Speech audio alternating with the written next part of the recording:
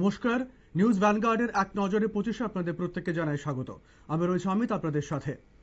ধর্মনগর উপনির্বাচনকে সামনে রেখে বিশেষ ভোট গ্রহণ প্রক্রিয়া শুরু হয়েছে। 85 ঊর্ধ্বে প্রবীণ ও বিশেষ সক্ষম ভোটারদের বাড়ি বাড়ি গিয়ে ভোট সংগ্রহ করা হচ্ছে। 31 মার্চ থেকে শুরু হওয়া এই ভোট ফ্রম হোম প্রক্রিয়া 3 দিন চলবে।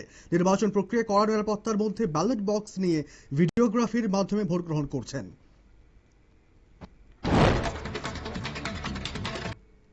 এডিসি নির্বাচনের মাছমারা কেন্দ্রের জয়কুমার পাড়ায় 6টি পরিবারের মোট 19 জন ভোটার কংগ্রেস ছেড়ে বিজেপিতে যোগ দেন। নবাগতদের হাতে দলীয় পতাকা তুলে দিয়ে তাদের দলে বরণ করে নেন মন্ত্রী শান্তনা চাকমা ও প্রার্থী মঞ্জু রানী সরকার। নির্বাচনের আগে এই দল বদলে কেন্দ্রের রাজনৈতিক লড়াই আরো তীব্র হয়ে উঠেছে। ধর্মনগর উপনির্বাচনকে সামনে রেখে জেলা ও পুলিশ প্রশাসনের তৎপরতা তুঙ্গে। 9 এপ্রিলের ভোট শান্তিপূর্ণ করতে এলাকা জুড়ে কড়া নিরাপত্তা ব্যবস্থা নেওয়া হয়েছে। গোটা এলাকায় 6টি নাকা পয়েন্ট বসিয়ে 24 ঘন্টা নজরদারি চালানো হচ্ছে।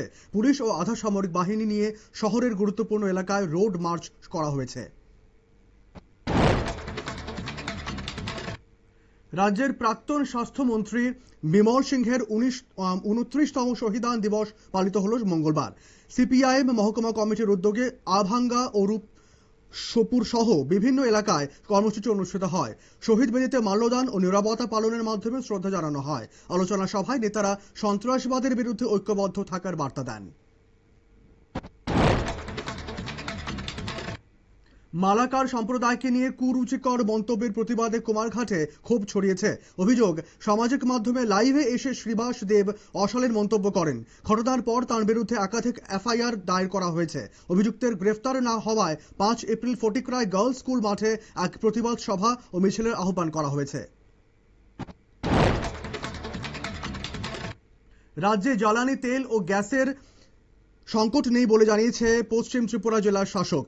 সদর জেলা শাসক বিশাল কুমার এই বিষয়ে স্পষ্ট বার্তা দেন। তিনি জানান, পেট্রোল, ডিজেল ও গ্যাস সরবরাহ স্বাভাবিক রয়েছে। দুর্নীতি বা কালোবাজারি ধরা পড়লে কঠোর ব্যবস্থা নেওয়া হবে বলে হুঁশিয়ারি দেন। প্রশাসন পরিস্থিতির উপর নজর রাখছে।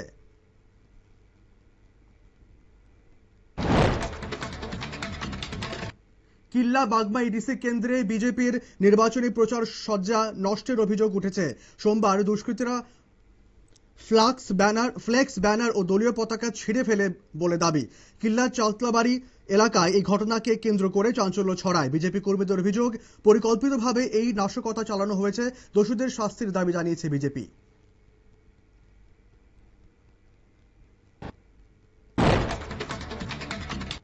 এডিসি নির্বাচনের আগে নতুন বাজার মালবাসা কেন্দ্রে দেপ্পাছড়া এলাকায় সিপিএম ও বিজেপি ছেড়ে 7টি পরিবার প্রায় 22 জন ভোটার তিপ্রামথা যোগ দেন মঙ্গলবার। নবাগতদের হাতে দলীয় পতাকা তুলে দিয়ে এদের দলে বরণ করে নেন কেন্দ্রীয় তিপ্রামথা প্রার্থী সুজয় উঁচুই। সভায় পাহাড়ের উন্নয়ন ও অঙ্গীকারের কথা তুলে ধরেন।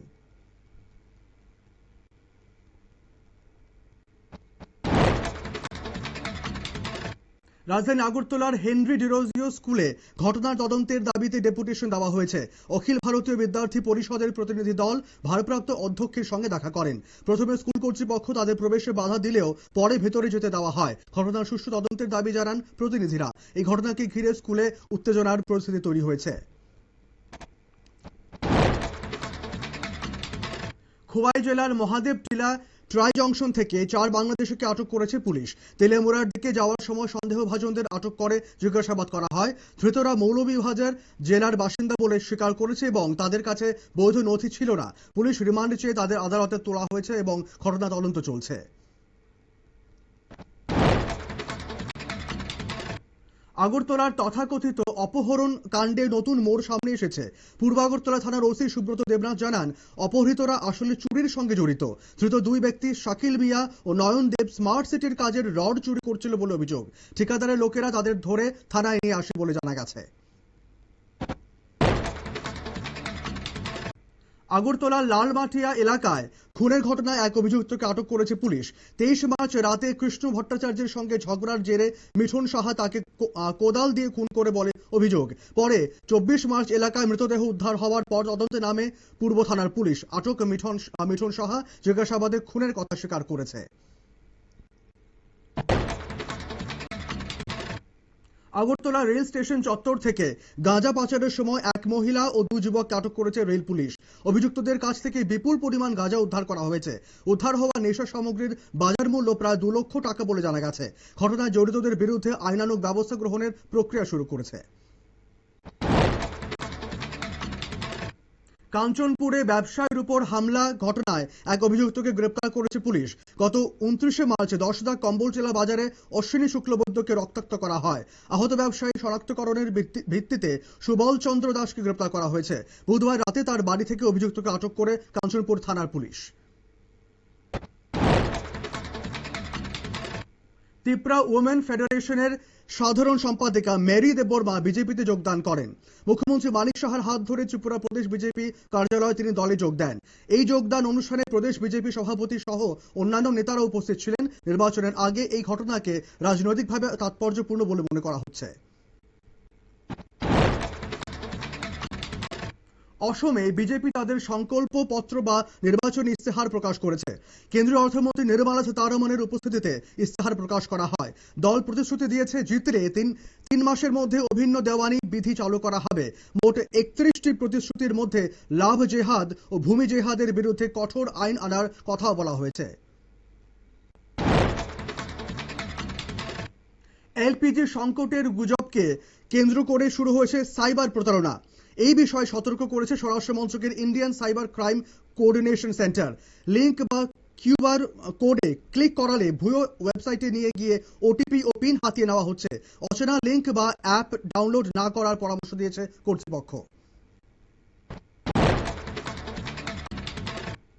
কেরলে বিধানসভা নির্বাচনকে সামনে রেখে বিজেপি তাদের নির্বাচনী ইস্তেহার প্রকাশ করেছে। গ্যাস সংকটের মাঝে বছরে 2টি এলপিজি সিলিন্ডার এবং বিনামূল্যে জল দেওয়ার প্রতিশ্রুতিও রয়েছে ইস্তেহারে। পাশাপাশি মহিলাদের মাসিক 3,000 টাকা ও দরিদ্র পরিবারকে মাসে 2,500 টাকা ঘোষণা করা হয়েছে বিজেপির ইস্তেহারে। বিজেপির বিরোধী পক্ষের প্রবল আপত্তি সত্ত্বেও ট্রান্সজেন্ডার অধিকার সংশোধনী বিল আইনে পরিণত হয়েছে। রাষ্ট্রপতি দ্রৌপদী মুর্মু সোমবার বিলটিতে স্বাক্ষর করেন। লোকসভা ও রাজ্যসভায় ধ্বনি ভোটে বিলটি পাস হয়। যদিও বিরোধীরা এই বিরোধিতা করে, সুপ্রিম কোর্টের নির্ধারিত কমিটি বিলটি প্রত্যাহারের সুপারিশ করায় বিতর্ক আরও বেড়েছে।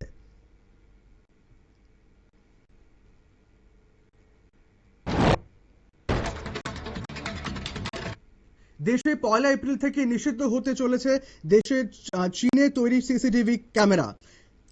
হিকভিশন, দাহুয়া ও টিপি লিঙ্কের মতো সংস্থাগুলির সিসিটিভি ক্যামেরা নিষিদ্ধ করা হবে। সরকারি সূত্রে দাবি, চীনা ইলেকট্রনিক সরঞ্জাম দেশের সাইবার নিরাপত্তার জন্য ঝুঁকিপূর্ণ। এ বিষয়ে কেন্দ্রীয় নিরাপত্তা সংস্থা ও সাইবার বিশেষজ্ঞরা উদ্বেগ প্রকাশ করেছেন। বিহারের নালন্দায় একটি মন্দিরে পদপিষ্ট হয়ে 8 জনের মৃত্যু হয়েছে। ঘটনায় অন্তত 6 জন আহত হয়েছেন এবং তাদের হাসপাতালে ভর্তি করা হয়েছে। মঙ্গলবার বিহার শরীফের শীতলা মন্দিরে অতিরিক্ত ভিড় ও হুড়োহুড়ির জেরে এই দুর্ঘটনা ঘটে। পুলিশ ঘটনাস্থলে পৌঁছে পরিস্থিতি নিয়ন্ত্রণে আনে এবং উদ্ধার কাজ শুরু করে। ইরানের মাটিতে ফের ভয়ঙ্কর হামলা চালিয়েছে আমেরিকা। মঙ্গলবার ভোর রাতে ইস্পাহানের পরমাণু ঘাঁটিতে বাংকার বাস্টার বোমা ফেলা হয়। বিস্ফোরণের তীব্রতায় গোটা শহর কেঁপে ওঠে বলে জানা গেছে। হামলার পর বিস্ফোরণের ভিডিও সোশ্যাল মিডিয়ায় শেয়ার করেছেন মার্কিন প্রেসিডেন্ট ডোনাল্ড ট্রাম্প।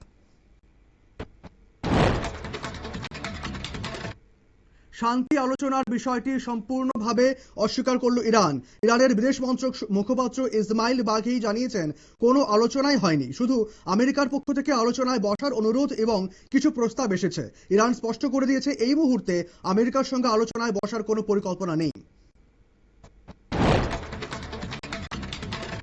বাংলাদেশ জাতীয় সংসদে জুলাই সনদ বাস্তবায়নের প্রক্রিয়া নির্ধারণে মুলতবি প্রস্তাব আনা হয়েছে। নির্দল সাংসদ শেখ মুজিবুর রহমান ইকবাল এই প্রস্তাব পেশ করেন। সংবিধান সংস্কার পরিষদে বিএনপি সাংসদরা শপথ না নেওয়ায় সনদ বাস্তবায়ন নিয়ে অনিশ্চয়তা তৈরি হয়েছে। এই পরিস্থিতিতে বিরোধীরা দ্রুত জুলাই সনদ কার্যকর করার দাবিতে সরব হয়েছে। দক্ষিণ পাকিস্তানে প্রাকৃতিক গ্যাসের পাইপলাইনে ভয়াবহ হামলার ঘটনা ঘটেছে। দুষ্কৃতীরা বিস্ফোরণ ঘটিয়ে পাইপলাইনের বড় অংশ উড়িয়ে দেয়। ফলে একাধিক জেলায় গ্যাস সরবরাহ সম্পূর্ণভাবে ব্যাহত হয়েছে। জ্বালানি সংকটে থাকা পাকিস্তানে এই ঘটনায় সাধারণ মানুষের দুর্ভোগ বেড়েছে। এখনো পর্যন্ত এই হামলার দায় কোনো সংগঠন স্বীকার করেনি। এক নজরে 25 এখনকার মতো এই পর্যন্তই। পরবর্তী আপডেট, সংবাদ এবং টক শো দেখার জন্য চোখ রাখুন শুধুমাত্র নিউজ ভ্যানগার্ডের পর্দায়। ধন্যবাদ।